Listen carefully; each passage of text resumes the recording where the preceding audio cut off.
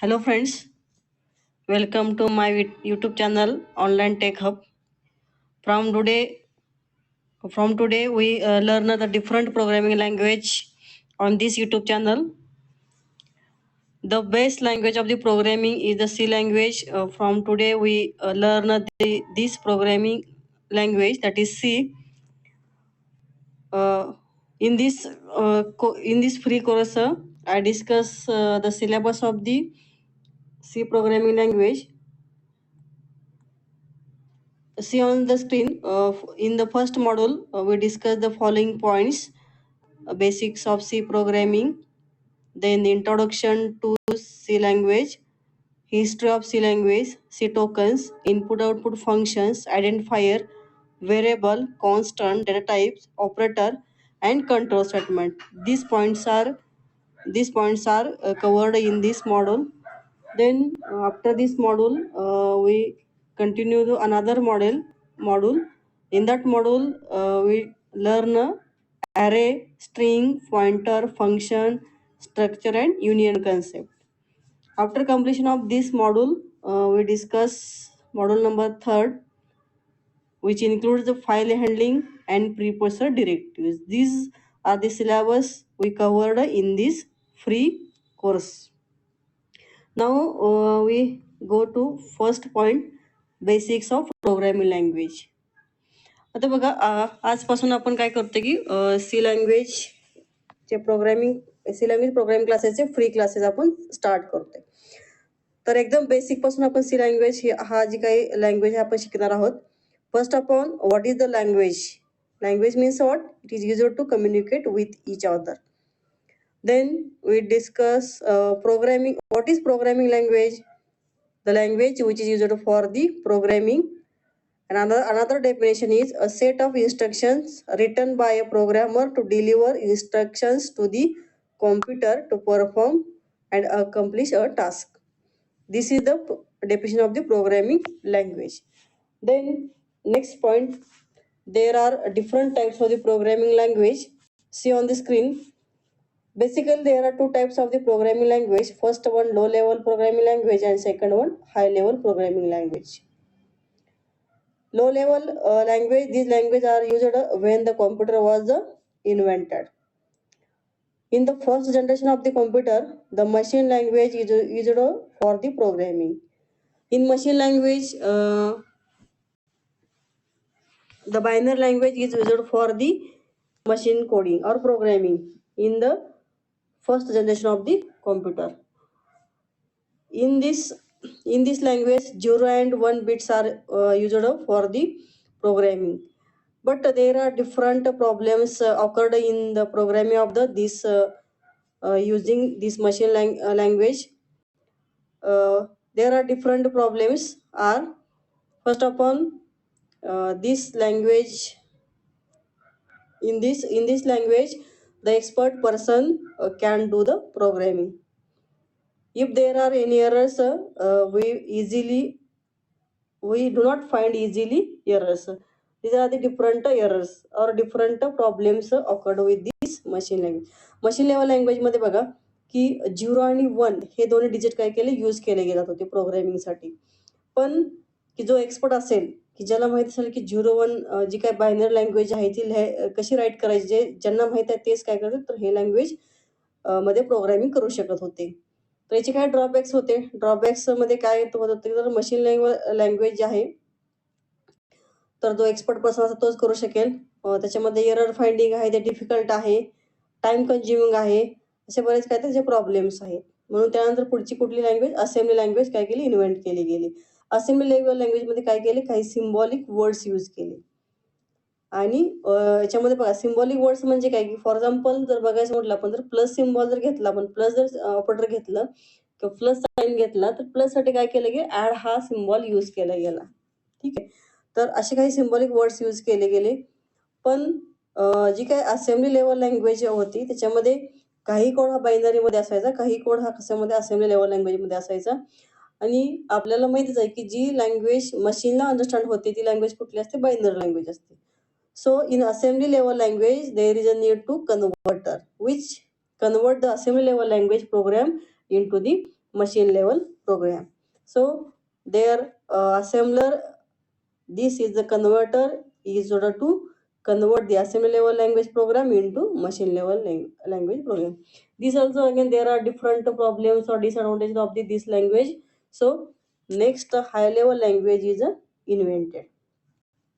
High level language, in this language the English words are used for programming.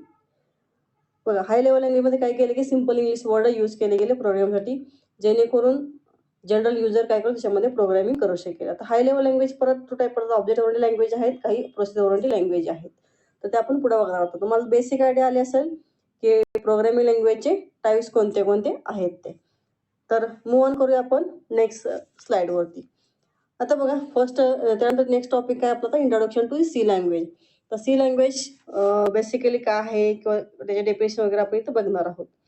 तर बघा C language develop कोणी केली तर is developed by the Dennis Ritchie for creating system application that directly interact with the hardware devices such as driver kernel. म्हणजे first आपण जेव्हा C language develop केली गेली डेनिस रिची यांनी, तर रिझन काय होतं की to develop or to create the system application, की जे ॲप्लिकेशन डायरेक्टली हार्डवेअर सोबत काय होतं इंटरॅक्ट होतात. तर असे ॲप्लिकेशन डेव्हलप करण्यासाठी काय केली सी लँग्वेज ही इन्व्हेंट केली गेली. तर व्हॉट इज सी लँग्वेज. आता जर आपल्याला व्हॉट इज सी लँग्वेज जर बघायचं असेल सी लँग्वेज काय आहे, तर काही पॉईंट आपण डिस्कस करणार आहोत की what is C language regarding. First C language it is also called a mother language, system programming language आहे, प्रोसेसर ओरिएंटेड प्रोग्रामिंग लँग्वेज आहे, स्ट्रक्चर्ड प्रोग्रामिंग लँग्वेज आहे, मिडल लेवल प्रोग्रामिंग लँग्वेज आहे. तर ह्यातले हे जे आहेत आपण एक एक वेज आपण डिस्कस करणार आहोत. तर बघूयात की सी लँग्वेज ही मदर लँग्वेज म्हणून कशी वर्क करते ते. Go to the next slide.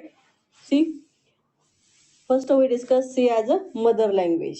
C language is consider as a mother language for all programming languages because most of the compilers, JVMs, kernels, etc. are written in C language, and most of the programming languages follow C syntax. For example, C++, Java, C Sharp, etc. बघा C language mother language का म्हटलं गेले तर C language use करून most of the compiler असतील, JVM, जावा virtual machine असतील किंवा colonel's असतील, तर हे राईट केलेले आहेत. आणि ऑल्सो जी काही सी लँग्वेज सिंटॅक्स आहेत ते पुढं सीपीमध्ये असेल, जावामध्ये असेल, सीशार्पमध्ये असेल, तर या लँग्वेजमध्ये यूज केलेले आहेत.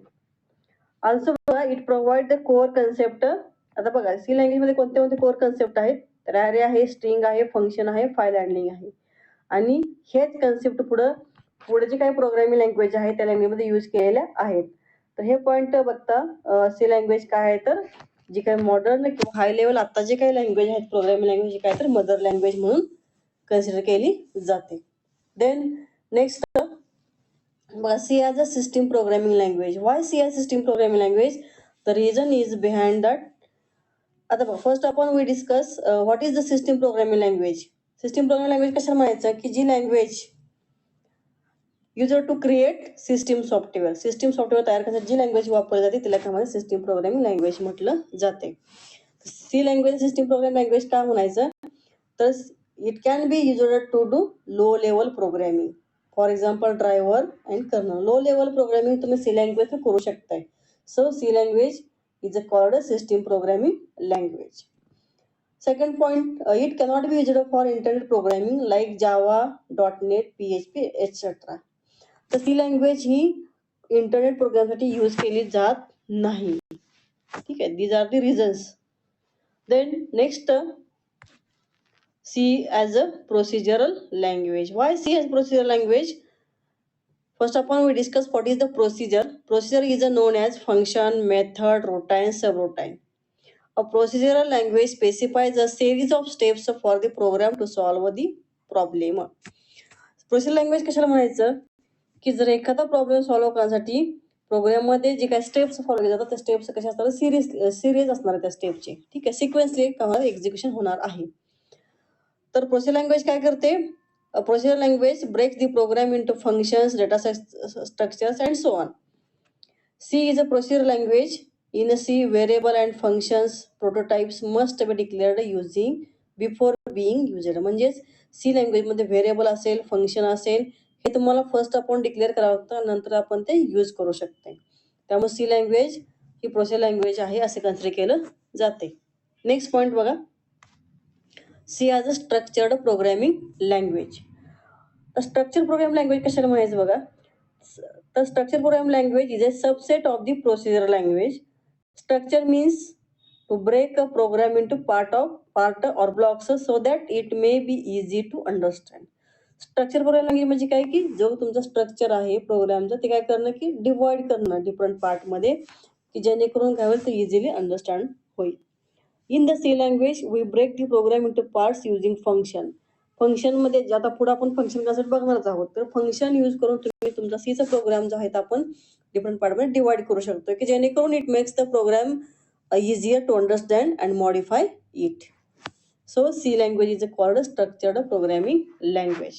Next point is C as a middle level programming language. बघा सी लँग्वेज ही लो लेवल पण नाहीये, हाय लेवल पण नाहीये, याला मिडल लेवल लँग्वेज म्हटलं जाते. तर का म्हटलं जाते बघा, तर C is consider as a middle level language because it support the feature of the both low level and high level language. आता कोणते कोणत्यात बघूया आपण बघा. A C language program is converted into assembly code. It supports pointer arithmetics, but it is a machine independent. की machine independent हे feature कुठलं आहे, तर हाय लेवल लँग्वेज आहे. लो लेवल लँग्वेज बघा, low level language is specific to one machine. तर high level language असेल not specific to one machine. तर हा काय तर C is called middle level programming language. तर बघा मित्रांनो, आज आपण काय काय बघितलं. तर फर्स्ट आपण काय डिस्कस केलं आपण पहिल्या स्लाइडमध्ये बघा. तर फर्स्ट स्लाइडमध्ये बघूया की बेसिक्स ऑफ प्रोग्रामिंग लँग्वेज बघितलं. त्यानंतर काय बघितलं आपण टाइप्स ऑफ प्रोग्रामिंग लँग्वेज.